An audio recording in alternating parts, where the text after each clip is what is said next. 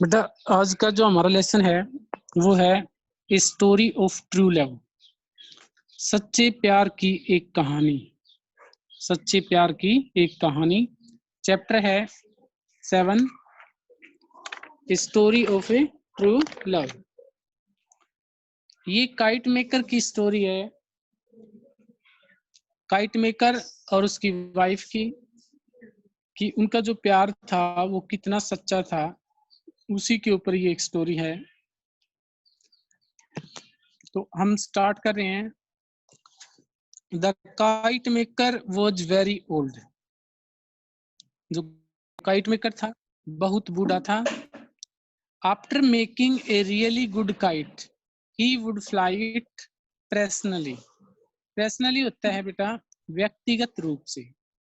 After making a really good kite, एक अच्छी पतंग बनाने के बाद वह इसे व्यक्तिगत रूप से उड़ाता।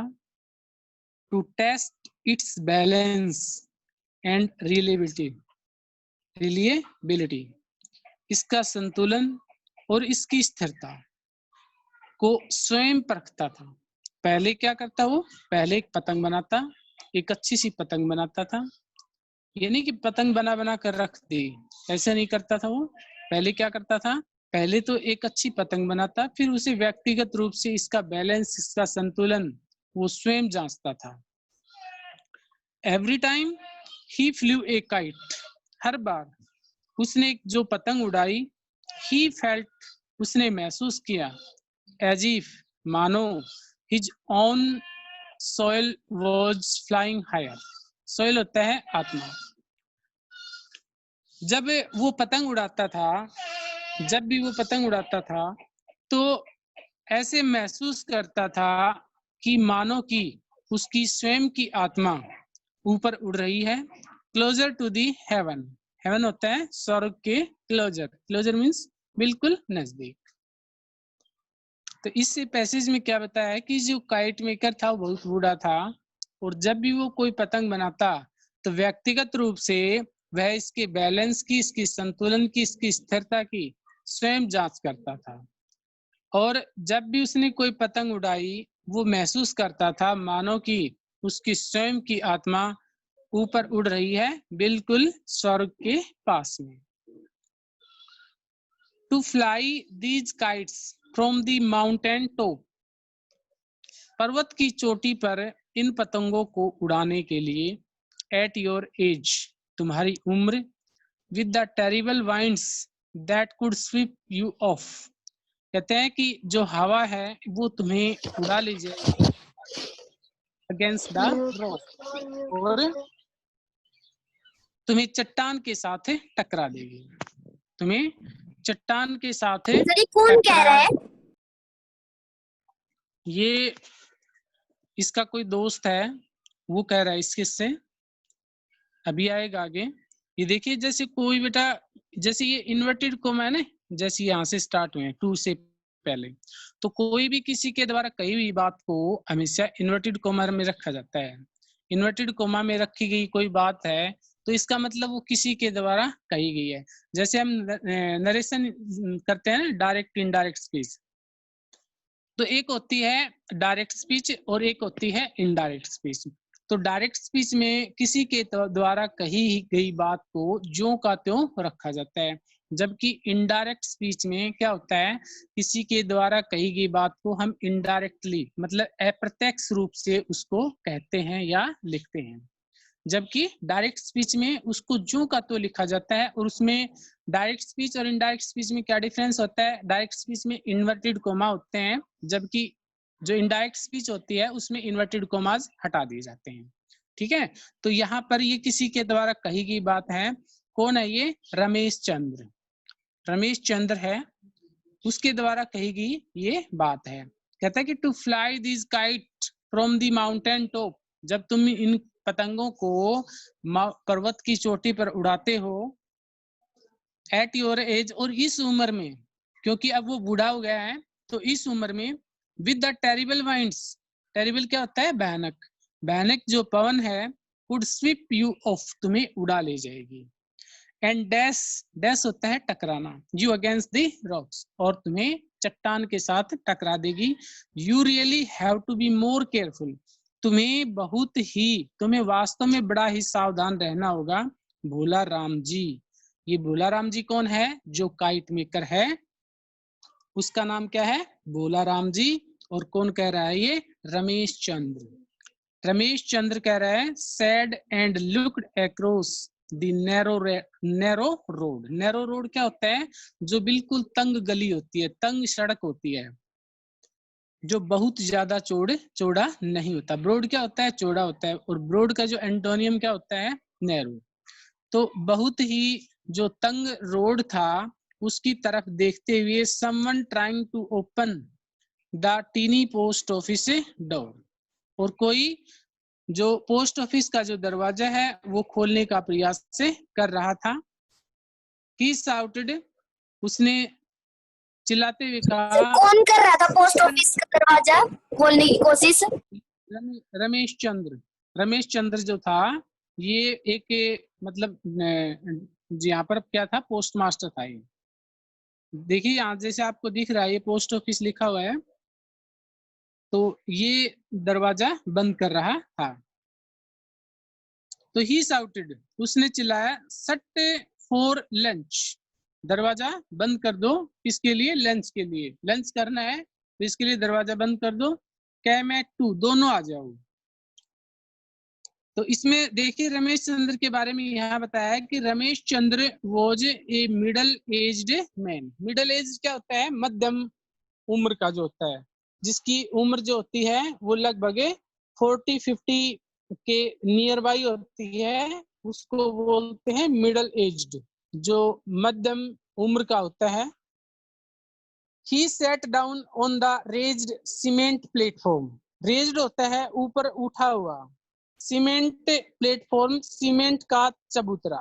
Built across the ancient, built जो बनाया गया था, around means चारों ओर, the ancient, ancient होता है प्राचीन, banyan होता है बरगद का पेड़, जो एक प्राचीन बरगद का पेड़ था, और उस बरगद के चारों पेड़ के चारों ओर एक ऊंचा सा चबूतरा बनाया गया था। उस चबूतरे पर बैठते ही हुए उसने कहा, and said to the kite maker, और पतंग बनाने वाले से बोला, I have been meaning to ask you this for some time, how old are you. कहता है कि I have been meaning to ask you, मेरा कहने का मतलब for this for some time, कुछ समय के लिए। कहता है कि मेरा कहने का मतलब तुमसे सिर्फ ये है कि हाउ ओल्ड आर यू, तुम्हारी उम्र क्या हुई है। ये रमेश चंद्र पूछ रहा है किससे? भोला राम जी। जो भोला राम जी कौन है? Kite maker. काइट मेकर है, उससे पूछ रहा है कि तुम्हारी उम्र क्या हुई है।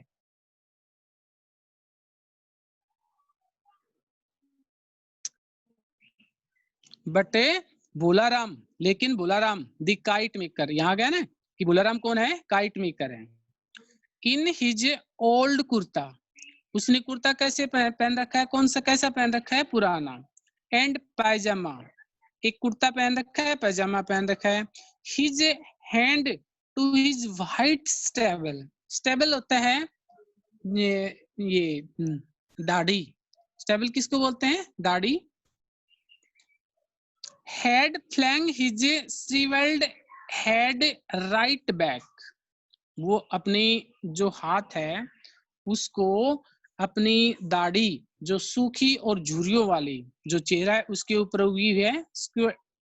जो श्रीवल्ड होता है इसका अर्थ होता है बिल्कुल ड्राई, बिल्कुल सूखी, और उस चेहरे के ऊपर जिसके ऊपर झुर्रियां पड़ी हुई हैं। हेड राइट बैक, वापिस, मतलब भोला राम जी जो काइट मेकर है, जिसने पुराना कुर्ता पजामा पहन रखा है, वो अपनी दाढ़ी में, कौन सी दाढ़ी? जो सूखी मुरझाई हुई है बिल्कुल, उसमें फिराते हुए और बोलता है, adjusting his glasses with his other hand. Glasses का अर्थ है यहाँ पर चश्मा। Glasses with his other hand, दूसरे हाथ से, दूसरे हाथ से, एक हाथ से दाढ़ी को खुजला रहा है जबकि दूसरे हाथ से वो अपने जो चश्मा है उसको एडजस्ट कर रहा है, उसको जचा रहा है। He squirmed his head this way and that as if to catch a glimpse of something right up in the tree. Squirmed होता है बिल्कुल मोड़ना।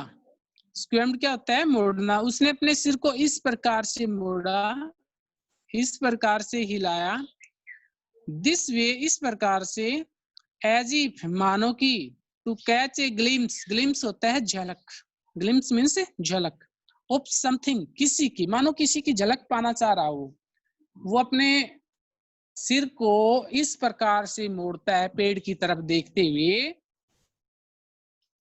कौन? भोला राम जी। भोला जो काइट मेकर है वो अपने सिर को इस प्रकार से पेड़ की तरफ मोड़ते हुए देखते हुए मोड़ता है एज इफ मानो कि वो किसी की झलक पा रहा हो। Right up in the tree, उस पेड़ में, half hidden by the swaying branches, half hidden जो कि बिल्कुल आधा ढक गया है, किससे? स्वेविंग, स्वेविंग होता है झूलती हुई, ब्रांचेस टहनियों से, मतलब उसके ऊपर इतनी शाखाएं, जैसे बरगद के पेड़ के ऊपर आपने देखा होगा बिल्कुल टहनियां ही टहनियां नीचे लटक जाती हैं। तो उस पेड़ की तरफ देखते हुए, और उस पेड़ में इस प्रकार से देखता है मानो कि उस पेड़ में वो किसी की झलक पाना चाह रहा हो। What is it? What is it? ये क्या है? क्या है ये? A knocking sound in the branches above seem to answer him. जब वो ऊपर देखता है ना तो उसको ऐसा महसूस होता है जैसे कि मानो कि उस ब्रांचेस में से, उस पेड़ में से कोई उसे पुकार रहा हो। क्या पुकार रहा हो? कि ये क्या है, क्या है ये, क्या देख रहे हो तुम? ठीक है, हालांकि कुछ होता नहीं है, लेकिन राइटर ने ऐसा दिखाने की कोशिश किया है कि जैसे ऊपर देखता है तो उसे एक रिप्लाई आती है, एक उसकी तरफ एक क्वेश्चन आता है कि तुम ये क्या देख रहे हो। It was made by the bamboo framework of a kite caught by its own string. ऊपर एक पेड़ पे के पतंग लटका हुआ है, अटका हुआ है, जो कि बम्बू फ्रेमवर्क, जो कि बांस की टहनियों के द्वारा, बांस की स्टिक से बनाया गया पतंग है, जो उसी के द्वारा बनाया गया है और वो उसके अंदर अटक गया है।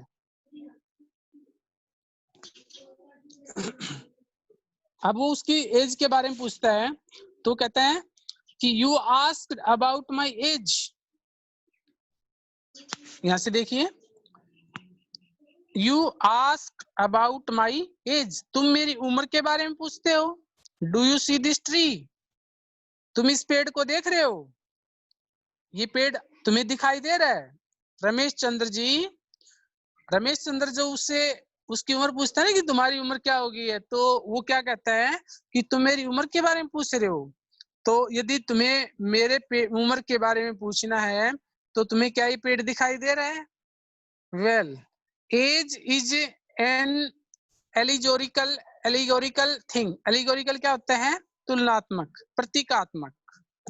जो उम्र है वो एक प्रतीकात्मक चीज है।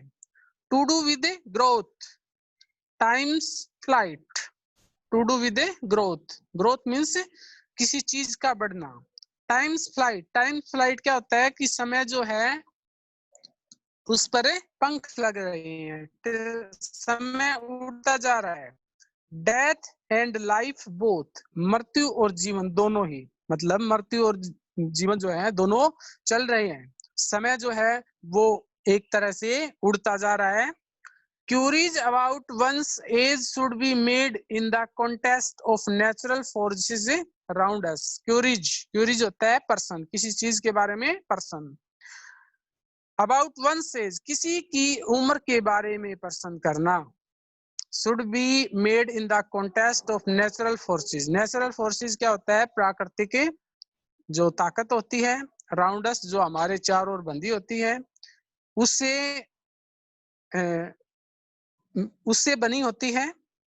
So let me say that, इसलिए मुझे कहने दो, दैट कि व्हेन आई वाज बोर्न, जब मैं पैदा हुआ था, इन दिस वेरी हाउस, इसी घर में, this magnificent tree was not a couple of years old, couple क्या होता है, मतलब 2 साल का।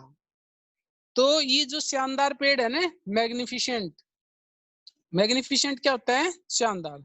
जो ये शानदार पेड़ है, ये 2 साल का भी नहीं था, ठीक है। मतलब उसे अपनी उम्र को सीधे नहीं बता रहा कि मैं 70 का हूं या 80 का हूं या 90 का हूं। वो अपनी जो एज है उसकी तुलना किससे कर रहे हैं, उस शानदार पेड़ के साथ, जो उसे बरगद का पेड़ है जिसके नीचे वो बैठा हुआ है, उस पेड़ के साथ कर रहा है कि जो ये पेड़ है इसकी उम्र देख रहे हो क्या है। ये जब मैं पैदा हुआ था तो ये 2 साल का भी नहीं था। मतलब आप अंदाजा लगा लीजिए मेरी उम्र का कि इस पेड़ की उम्र क्या है, और उसी से आप जांच लीजिए, उसी से आप पता कर लीजिए कि मेरी एज क्या हो सकती है।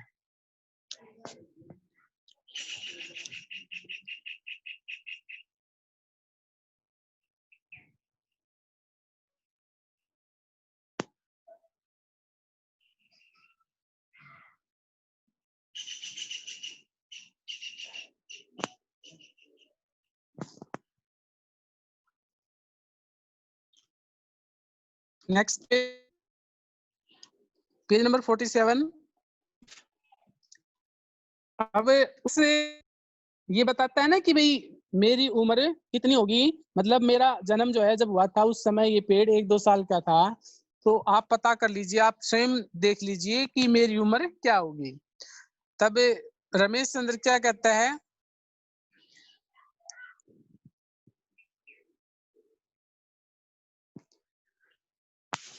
विच मीन्स, इसका मतलब ये है कि यू मस्ट बी ओवर 80, कि तुम अवश्य ही 80 को क्रॉस कर चुके हो। तुम्हारी एज जो है होगी लगभग 80 साल से अबव होगी। Flying kite, because I do happen to have an estimate his age, क्योंकि मैं इस पेड़ की जो एज है इसका एस्टिमेट क्या होता है, अंदाजा लगाना, कि मैं इसकी उम्र का अंदाजा, इस पेड़ की उम्र का अंदाजा मैं लगा चुका हूँ कि इस पेड़ की लगभग उम्र जो है वो 80 साल 85 साल है। तो तुम्हारी जो एज है वो 80 क्रॉस कर चुकी है। रमेश चंद्र शेड, रमेश चंद्र ने कहा flying kites at your age, तुम्हारी उम्र में पतंग उड़ाना। Each gust of wind picking you up to hurl you over the precipice. Precipice क्या होता है, खड़ी ऊंची चट्टानें। कहता है कि इस उम्र में पतंग उड़ाओगे तो क्या होगा कि हवा तुम्हें उड़ा ले जाएगी और किसी चट्टान के साथ तुम्हें टकरा देगी। You are an amazing person, amazing क्या होता है, हैरान करने वाले, तुम एक हैरान करने वाले व्यक्ति हो।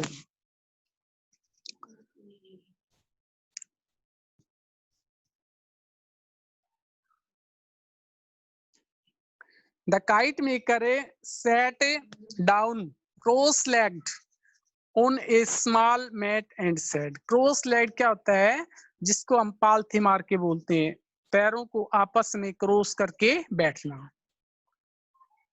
स्मॉल मैट, छोटी सी दरी के ऊपर, चटाई के ऊपर बैठ गया, एंड सेड, और बोला, shall I tell you why I fly kites, क्या मैं तुम्हें बताऊं।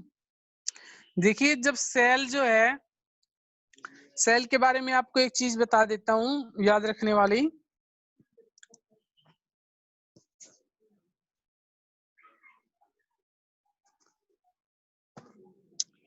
ये बेटा स्नेहा थी, स्नेहा गर्ग कहाँ गई है, लीव कर गई क्लास को।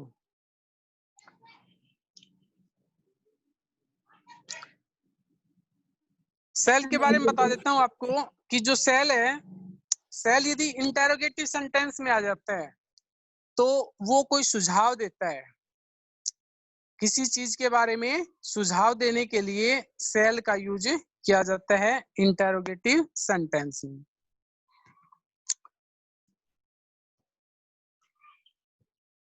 Shall I tell you why I fly kites? क्या मैं तुम्हें बताऊं कि मुझे क्यों पतंग उड़ानी चाहिए। It is to practice going up to where God is, कहता है कि इसलिए कि एक प्रैक्टिस है। जैसे भगवान के पास जाते हैं ना, तो जैसे हम किसी कोई काम करते हैं तो किसी काम को करने से पहले एक प्रैक्टिस करनी पड़ती है, ठीक है। तो कहता है जैसे मुझे ऊपर जाना पड़ेगा, तो ऊपर जाने के लिए मैं क्या कर रहा हूँ, ये कि प्रैक्टिस कर रहा हूँ। It is practice going up to where God is, he gave an odd smile, एक ही मुस्कुराहट दी उसने। It ascends your kite, it ascends your kite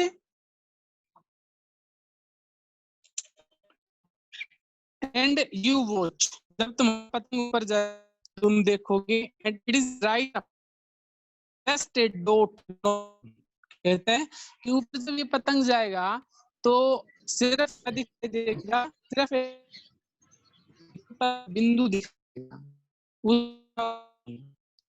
like your soul will soon go up, उसी तरह हमारी आत्मा भी ऊपर चली जाएगी। soon go up, तुरंत ऊपर चली जाएगी।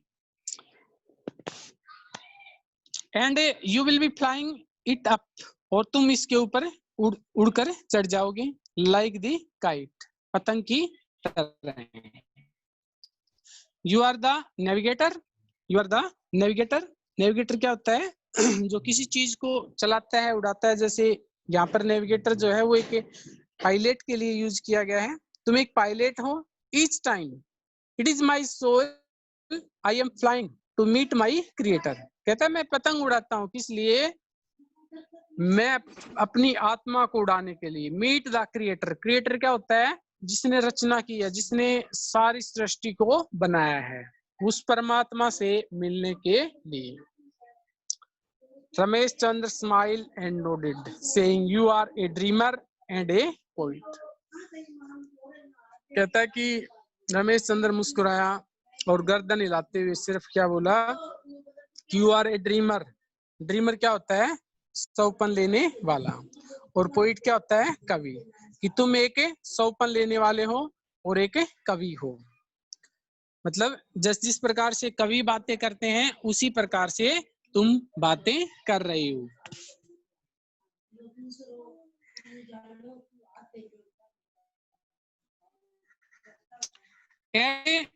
The postmaster to leave, और फिर पोस्टमास्टर जो था वो जाने के लिए तैयार हो गया।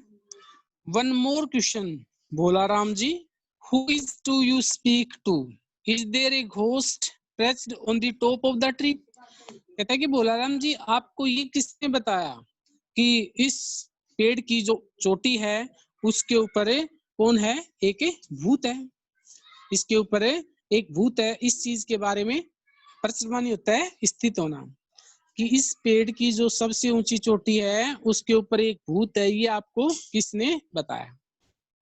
Ramesh Chandra's question brought a change in the old man, Ramesh Chandra के इस प्रश्न ने बूढ़े आदमी के दिमाग में एक परिवर्तन ला दिया।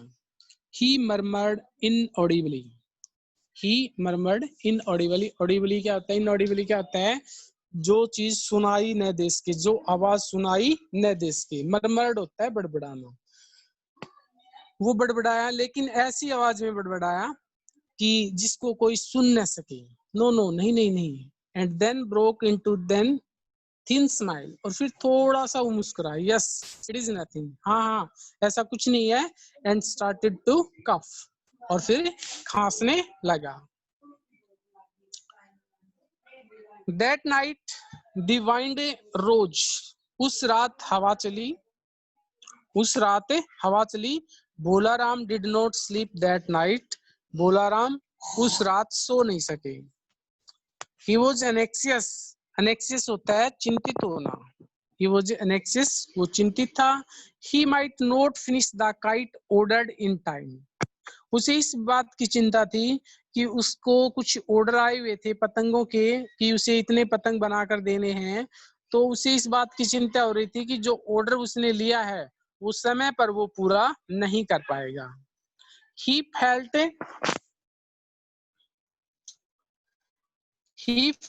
his life nearing it's and, nearing it's and, अंत के नजदीक। उसने ऐसा महसूस किया कि उसका जो जीवन था वो बिल्कुल अंत के नजदीक था।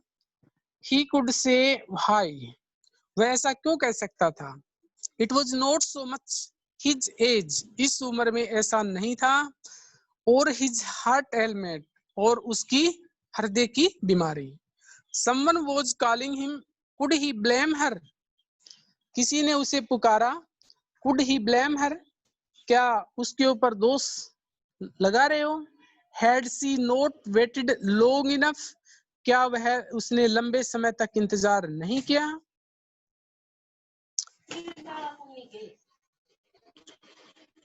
कमिंग कांता कमिंग, कांता आ जाओ।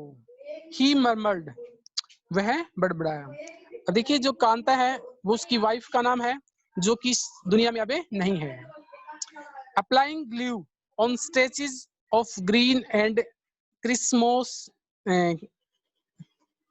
Green and crimson paper. Crimson paper क्या होता है? एक लाल रंग का कागज होता है, ग्रीन होता है हरा। ये बात उसने कब बोली? जब वो हरे और लाल रंग के जो कागज थे उसके ऊपर ग्लू चिपका रहा था, ग्लू लगा रहा था। This particular kite had been constructed very intricately, ये जो पतंग था ये उसने बनाया था और इसके बारे में विस्तार से इसका वर्णन किया जाएगा।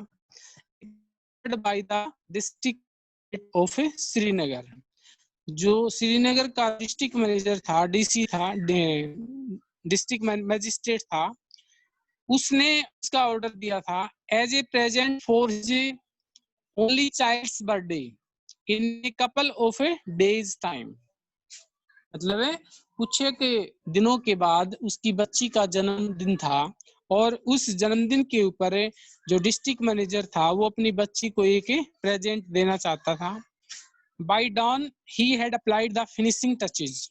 बाय डॉन क्या होता है? दिन निकलने पर। जैसे सुबह हुई उसने फिनिशिंग टचेज, उसने तैयारी शुरू कर दी। He placed it against the wall, उसने दीवार के साथ लगाया। बिसाइड टू अदर्स, दो और थे। दे वर ऑल बिग, वे भी बड़े बड़े थे। Unusually festive looking, festive looking आनंदित मुस्कुराहट के साथ। With a competitive air about them, competitive air जो हवा थी वो बहुत अच्छी थी।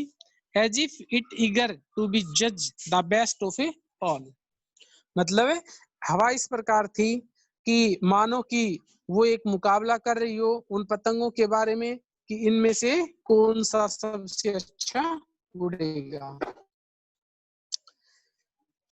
He brewed himself tea in the saucepan, saucepan क्या होता है? जिसमें चाय बनाई जाती है।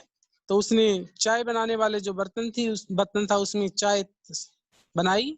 Then pouring the hot tea in the metal tumbler, metal tumbler जो धातु का जो गिलास टम्बलर होता है, गिलास में चाय को डाला।